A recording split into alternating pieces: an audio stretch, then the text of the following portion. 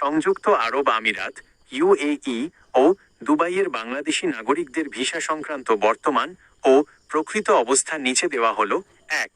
নতুন labour work visa, new labour visa. বর্তমান অবস্থা: বাংলাদেশ থেকে নতুন করে সাধারণ লেবার ভিসা বা ওয়ার্ক পারমিট ঢালাওভাবে বা পূর্ণাঙ্গভাবে খোলার কোনো অফিসিয়াল সরকারি ঘোষণা সংযুক্ত আরব আমিরাত সরকার দেয়নি।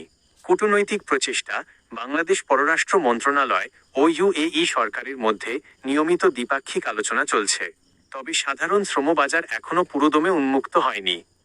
২. ক্যান্সেল ভিসা পরিবর্তন, visa transfer, in country transfer. যারা ইতিমধ্যেই আরব আমিরাতে অবস্থান করছেন এবং পুরনো ভিসা ক্যান্সেল করে একই দেশে নতুন কোনো কোম্পানিতে আকামা পরিবর্তন বা স্ট্যাটাস চেঞ্জ ভিসা ট্রান্সফার করতে চান, তাদের জন্য প্রক্রিয়াটি কিছু নির্দিষ্ট শর্ত সাপেক্ষে চালু রয়েছে।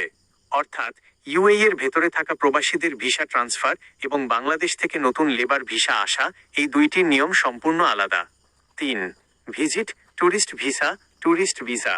অনুমোদিত এজেন্ট এবং নির্দিষ্ট স্পন্সরের মাধ্যমে ভিজিট ভিসা শর্তসাপেক্ষে প্রসেস হলেও নিয়মকানুন আগের চেয়ে কিছুটা কঠোর। সতর্কতা: সামাজিক যোগাযোগ মাধ্যমের চটকদার শিরোনাম দেখে বা কোনো অবৈধ দালাল চক্রের প্রলোভনে পড়ে টাকা পয়সা লেনদেন করবেন না। যে কোনো ভিসা সংক্রান্ত খবরের জন্য জনশক্তি কর্মসংস্থান ও প্রশিক্ষণ ব্যুরো বিএমইটি কিংবা বাংলাদেশ দূতাবাস, আবুধাবি বা কনসুলেট, দুবাই এর অফিসিয়াল নোটিশ অনুসরণ করুন।